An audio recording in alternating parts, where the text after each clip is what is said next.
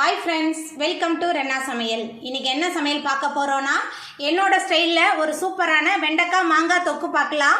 ரொம்ப எளிமையான முறையில் இந்த வெண்டைக்காய் மாங்காய் தொக்கு செய்யலாம்.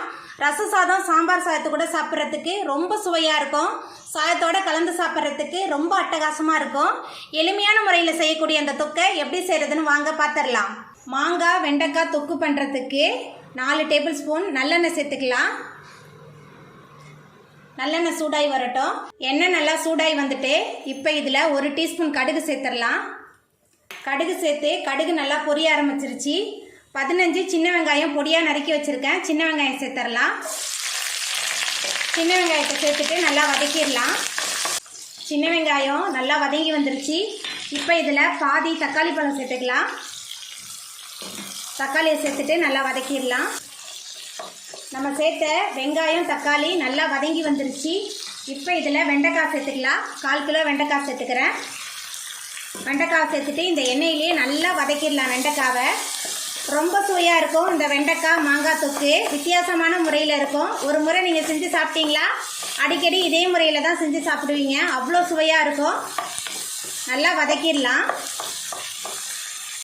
வெண்டைக்காய் எண்ணெயில் நல்லா வதங்கி வந்துருச்சு. இப்போ இதில் சுத்தம் பண்ணி வச்சுருக்கிற ஒரே ஒரு மாங்காய் சேர்த்துக்கிறேன்.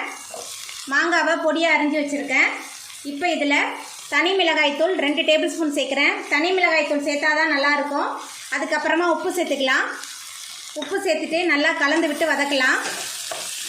நம்ம சேர்த்த மாங்காய் வெண்டைக்காய் மசாலா எல்லாமே நல்லா கலந்து வதங்கிருச்சு. இப்போ இதில் தண்ணி சேர்த்துக்கலாம். தண்ணி சேர்த்துட்டு நல்லா கலந்து விட்டுறலாம். தண்ணி சேர்த்துட்டு நல்லா கலந்து விட்டாச்சு.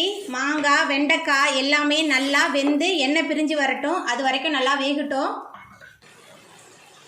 நம்ம வேக வச்ச மாங்காய் வெண்டைக்காய் எல்லாமே நல்லா வெந்து எண்ணெய் பிரிஞ்சு நல்லா மேலே வந்துருச்சு. இப்போ நம்ம அடுப்பு ஆஃப் பண்ணிடலாம். அவ்வளோதாங்க, நம்மளோட சுவையான வெண்டைக்காய் மாங்காய் தொக்கு ரொம்ப சூப்பராக எளிமையான முறையில் ரெடி ஆகிட்டு.